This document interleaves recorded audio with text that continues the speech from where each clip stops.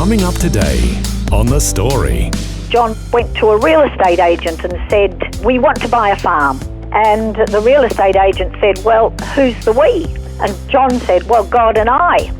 And the real estate agent said to John, well, how much money? What are you talking about? And he says, oh, money's no object. My father's a millionaire. And of course, he was talking about his heavenly father, not his earthly father. But with that, the real estate agent decided to take him a little bit more seriously. The Story.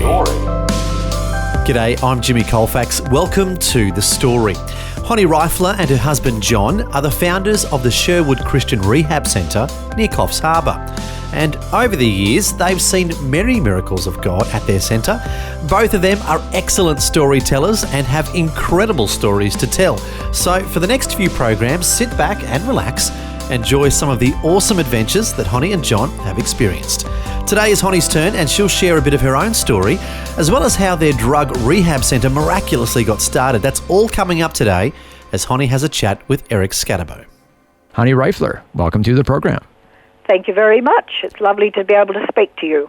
Glad to have you with us, and you're joining us from Sherwood Christian Rehab Centre near Coffs Harbour. Is that right?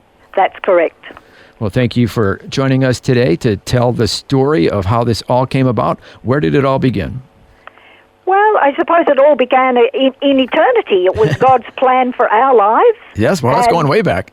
That's way back. Yeah. But little did we know, it wasn't until I was 19 and John was 21 that we came to know Jesus, and that's really where the involvement, where the story really began. Okay, but we'll back up for you personally. You were born in New South Wales? I was born in a small country town out western New South Wales called Manila, and I grew up in that tablelands, that New England area of New South Wales.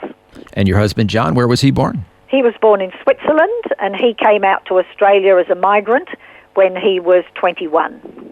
And then, about 1970, you went to Japan. What happened there? Yes, I'd finished school in Baraba, the little town I went to school in, and I was a Rotary exchange student in northern Japan. I was the first foreigner to live in this little village called Sannohe, and it was while I was there that I was really longing for some English language. And in those days, of course, you didn't have access to any English. It was a very isolated little village in Japanese ways. And I remembered I had taken a Bible along with me as a special link to my grandmother, who'd given it to me when I was 13. And I opened this Bible. And when I opened this Bible, it all made sense. I had grown up going to Sunday school, which everybody did in those days, but I couldn't find Christ in churchianity. It was like I had lost who was Christ in this church. And it was there, just with the Bible, with God and I, that I came to know Jesus Christ in a real way. Oh, wow. So it wasn't the result of some ministry or something you heard on the radio? No, everything was in Japanese. There was nothing in English. Yeah. Yes, it was simply reading the Bible. And before I'd gone, a really good friend of mine knew that I was searching, and she gave me a copy of the Daily Bread. And she had said to me, take this and use it to help you understand the Bible.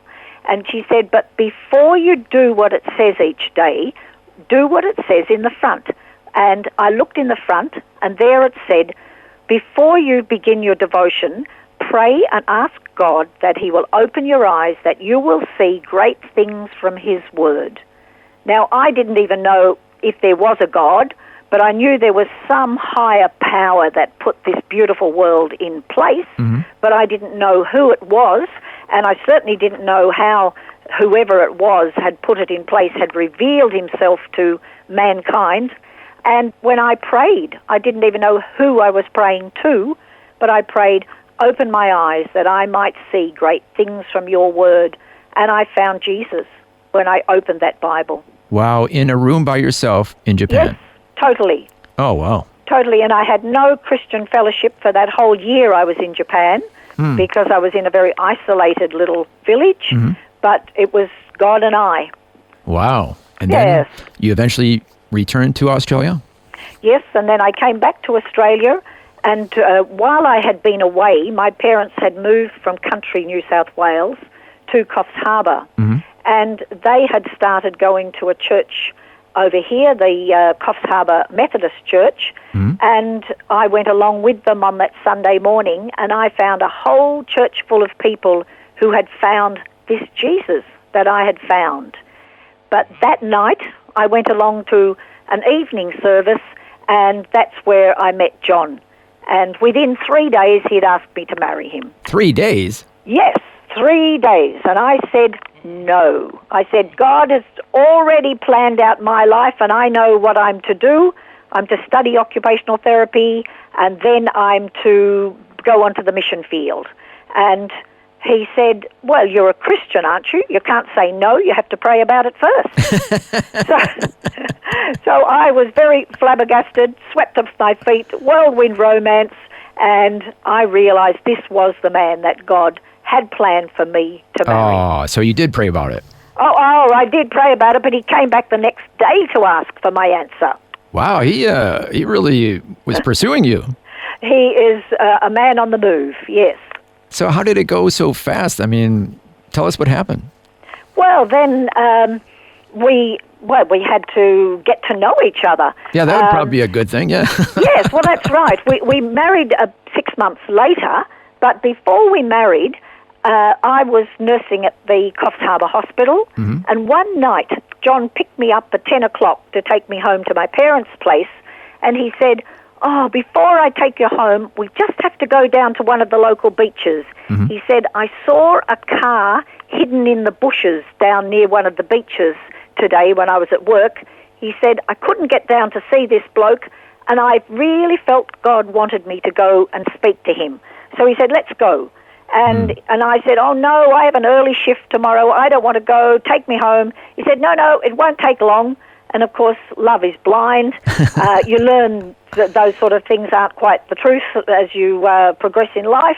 But anyhow, down this little windy dirt road we went, and there was a car half pushed into a lantana bush, and there was a man sitting beside a little fire cooking a fish. Now, he was very dishevelled, long hair, a crazy look in his eye. And we pulled up next to him. This is 10:30 at night. Wow. And he jumped up and he said, what are you doing here? And John, chirpy, cheery little John, said, oh, look, I'm John. This is my fiancée, Honi. I saw you today when I was up on the hill mowing. He said, I just wanted to come and say hello. And this fellow just sort of said, who sent you? Very paranoid. And John said to him, God did. And with that, this fellow, whose name was George, jumped up and he started beating his fists on the roof of his car, and he just screamed out into the darkness of the night, why now? And with that, we then were able to settle him down, sit him back around the fire, and ask him what was going on in his life. Yeah. And he settled down and he admitted that very night, as soon as he had finished cooking that fish, he was heading off to a nearby town called Bellingen. He'd tracked down his wife who'd run away with a boyfriend, and he was heading out there to murder them. Oh, my goodness. He had the machete in the car. He was all psyched up to do it, and God intervened by sending us along. Wow. So there we were, sitting there at 11, 12 o'clock at night, wondering, what are we going to do? We'd calmed him down, and we'd taken the machete away, but he was still very, very vulnerable, and we thought, what can we do? And John wasn't able to take him home to the place where he was living, and I said, well, I could take him home to my place, but you'll have to be up early to pick him up because my father will want to know what on earth this fellow is doing in the spare bedroom. Yeah, I would think so, yeah. Anyhow, that was where we saw then, with this fellow George, how these people who had been into drugs were really, really quite disturbed, and they needed time. And so we prayed about it. We said, God, what can we do? We can't just keep picking these people up, praying with them and putting them back on the road. And that's when both of us felt that God spoke to each of us separately, but exactly the same thing, and said that we were to set up a place where people like George could come and have time to grow mentally, physically and spiritually. And hence the idea of a drug rehab center was birthed in your minds. That was back in about September 71. Mm-hmm. We married in February 72, and we said, okay, God, let's do it. We're ready. We're married. Mm-hmm. And God knew that we were very, very unprepared. We were too wet behind the ears. We still didn't even know each other, let alone to be thrust into the middle of a ministry. So in God's wisdom, he took us to Western Australia, and there that vision that I had, that I was to study occupational therapy, was fulfilled, in that I was accepted into the university over there, and John was pastoring an Aboriginal church, and this was our preparation ground for almost the next 7 years. So that prepared you to be able to help people with drug addictions. Well, that gave us a tremendous amount of academic preparation, but also life experiences as well.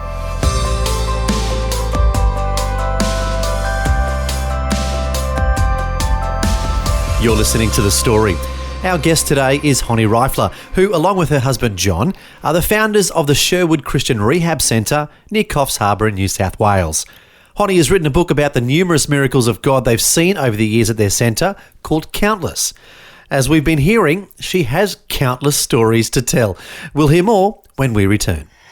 The Story.